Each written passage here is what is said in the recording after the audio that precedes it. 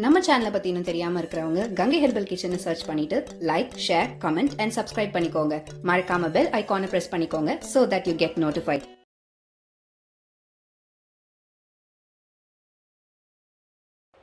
Hi viewers, வணக்கம். Welcome to Ganga herbal kitchen.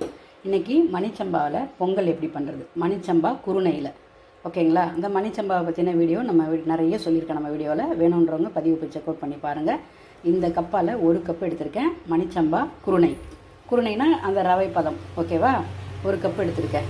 அப்போ இதால் 2.5 கப்பு இல்லை 2.5 கப்பு தண்ணி ஊற்றிக்கோங்க வேகிறதுக்கு. பொங்கல்ன்றதுனால இன்னொரு 1/2 கப்பு கூட சேர்த்து ஊற்றிக்கோங்க. 3 கப்பாக ஊற்றிக்கோங்க, சரிங்களா? 1க்கு 3 கப்பு தண்ணி ஊற்றிக்கணும். எந்த கப்பு எடுக்கிறீங்களோ, எந்த பாத்திரம் நீங்கள் எடுக்கிறீங்களோ அதில் 1 போட்டிங்கன்னா 3 கப்பு தண்ணி ஊற்றிக்கோங்க. பாசிப்பருப்பு இதால் 1/2 கப்பு இல்லை 3/4 கப்பு, உங்களுடைய இஷ்டம். 1/2 கப்பு இல்லை 3/4 கப்பு எடுத்துக்கோங்க. இந்த மாதிரி தண்ணி இல்லாமல் கரெக்டாக ஊற்றி வேக வச்சு எடுத்துக்கோங்க. ஆஸ் யூஷுவல் நம்ம பொங்கல் எப்படி பண்ணுவோமோ அதே தான். இந்த குருணையை வேக வச்சிட்ட பிற்பாடு தான் அந்த பருப்பை சேர்க்கணும். இப்போ இந்த கப்பால் 3 கப்பு நான் தண்ணி ஊற்றிக்கிறேன். 3 கப்பு தண்ணி ஊற்றிருக்கேன். தண்ணி நல்லா தளதளன்னு கொதிக்கட்டும். கொதித்த பிறகு இந்த சம்பா குருணையை போட்டு நல்லா மூடி சிம்மில் வச்சு வேக வச்சுருங்க. நல்லா வேகணும். வெந்த பிறகு தான் நீங்கள் இந்த பச்சை பயிறு வேக வச்சுருக்கோம் இல்லையா, அதை எடுத்து கலந்துட்டு நான் மிளகு, ஜீரகம் எல்லாமே அதில் அப்படியே சேர்த்துருவேன்.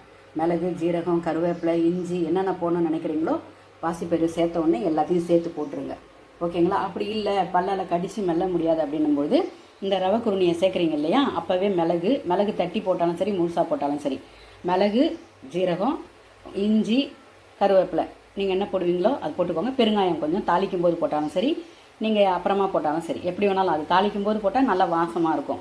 முந்திரி பருப்பு வேணும்னா உங்கள் சௌரியம், வேணான்னா மிளகு ஜீரகமே போதும். இப்போ டயட்டில் இருக்கிறீங்க அப்படின்னா நெய் வேண்டாம், முந்திரி வேண்டாம், மிளகு ஜீரகம் அந்த வேக வைக்கிறீங்க இல்லையா, அந்த தாளிப்பே இல்லாமல் போட்டு எடுத்துக்கலாம் பெருங்காயம் போட்டுட்டு, சரிங்களா? இப்போ தண்ணி கொதிக்கட்டும். இந்த ரவையை போட்டு கிளறிட்டு வெந்த பிறகு பார்க்கலாம். பாருங்கள், தண்ணி கொதிச்சிருச்சு.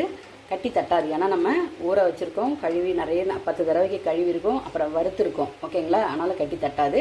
இப்படி வறுத்துட்டு இந்த மாதிரி தண்ணி கொதிக்க வச்சு இப்படி சேர்த்துட்டிங்கன்னா, இப்போ நீங்கள் 1/2 உப்பு வேணும்னாலும் சேர்த்துக்கோங்க. ஏன்னா அந்த டேஸ்ட்டு உப்பு ஏறணும் இல்லையா, அதில் கொஞ்சமாக உப்பு சேர்த்துக்கோங்க. கலக்கி பார்த்துட்டு பத்தலைன்னும் போது நீங்கள் உப்பு சேர்த்துக்கோங்க. இல்லை நல்லா சமைக்க தெரியும், கரெக்டாக போட்டுருவேன் அப்படின்னா உங்கள் இஷ்டம், சரிங்களா? இப்போ நல்லா தளதளன்னு கொதிக்குதா, மூடி வச்சுருங்க. அடுப்பு சிம்மில் வச்சுருங்க. வேகட்டும், நல்லா வேகணும். தொட்டு பாருங்கள். வெந்த பிறகு தான் பாசிப்பருப்பை சேர்க்கணும். முன்ன போடும்போது தளதளன்னு இருந்ததா, இப்போ கொஞ்சம் நல்லா வெந்துருச்சு பாருங்கள். அடி பிடிக்காது, இருந்தாலும் செக் பண்ணிக்கோங்க, சரிங்களா? இப்போ நீங்கள் தொட்டு பார்த்துக்கோங்க. இன்னும் கொஞ்சம் வேகணும், சரிங்களா? இப்போ வேகலை, சப்போஸ் வேகலை அப்படின்னா பயப்படாதீங்க. கொஞ்சம் கொதிக்கிற வெந்நீரை இதில் சேர்த்துக்கிட்டிங்கன்னா சூப்பராக வெந்துடும். எனக்கு இந்த தண்ணியே போதுமானது. 2-3 தடவை கிளறி விட்டிங்கன்னா இந்த மாதிரி வந்துடும். இதுக்கப்புறம் நீங்கள் என்ன பண்ணுங்கள், வேக வச்சுருக்க பாசிப்பருப்பை சேர்த்துக்கோங்க. மிளகு, ஜீரகம், கருவேப்பிலை சேர்த்துக்கோங்க. இப்போ நல்லா வெந்துருச்சு. நம்ம அந்த வேக வச்ச பாசிப்பருப்பை எடுத்து சேர்த்துக்கலாம். இப்போ மிளகு, ஜீரகம் சேர்த்துட்டேன், கருவேப்பிலை சேர்த்துட்டேன். இப்போ நல்லா கிளறி விட்டுட்டு இறக்கிட்டிங்கன்னா உப்பு செக் பண்ணிக்கோங்க கரெக்டாக இருக்கான்னு. இறக்கிட்டிங்கன்னா சூப்பரான பொங்கல் ரெடி ஆகிடும். மணிசம்பா குருணையில் பொங்கல் ரெடி ஆகிடும். இந்த டைமில் கூட நீங்கள் உப்பு செக் பண்ணிக்கோங்க. உப்பு பத்தலைன்னா தூள் உப்பு சேர்த்துக்கோங்க. உங்களுக்கு குழந்தைங்களுக்குலாம் கொடுக்க இப்போ டயட்டில் இருக்கும், பிபி இருக்குது, சுகர் இருக்குது, வயசானவங்களாக இருக்குன்னா இப்படியே சாப்பிட்டுக்கலாம், ஓகேங்களா? இன்னும் கொஞ்சம் நேரம் வச்சுட்டு அப்படியே மூடி வச்சிங்கன்னா கொஞ்சம் சாப்பிட்ற அளவுக்கு கெட்டி ஆகிடும். குட்டி பசங்களுக்கெலாம் கொடுக்க போகிறீங்க அப்படின்னா நெய்யில் முந்திரி, திராட்சைலாம் தாளித்து விட்டு சேர்த்துக்கலாம். பெருங்காயம், மிளகு, ஜீரகம், கருவேப்பிலை மட்டும் போட்டிங்கன்னா ஓகே, நம்ம சாப்பிட்டுக்கலாம். above 40-50க்கு மேலே இருக்கிறவங்க சாப்பிட்டுக்கலாம். சின்ன குழந்தைங்களுக்கு கொடுக்கணுன்னா தாளிப்பு சேர்த்துக்கோங்க. அவ்வளோதாங்க, சூப்பரான பொங்கல் ரெடி ஆகிடுச்சு. மணிச்சம்பா குருணையில் பொங்கல் ரெடி ஆகிடுச்சு. அந்த குருணை எப்படி பண்ணுறது இந்த வீடியோவும் நம்ம சேனலில் கொடுத்துருக்கேன். ஒரு ரெசிபியாக வரும், செக் அவுட் பண்ணி பாருங்கள். செஞ்சு சாப்பிட்டு பார்த்துட்டு உங்கள் பதிவை பண்ணுங்கள்.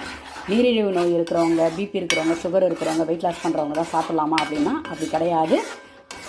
எல்லாருமே சாப்பிட்லாம், ஓகேங்களா? வயதானவங்கலேருந்து எல்லாருமே சாப்பிட்லாம். ட்ரை பண்ணி பாருங்கள். ட்ரை பண்ணி பார்த்துட்டு உங்கள் பதிவை சொல்லுங்கள். நன்றி.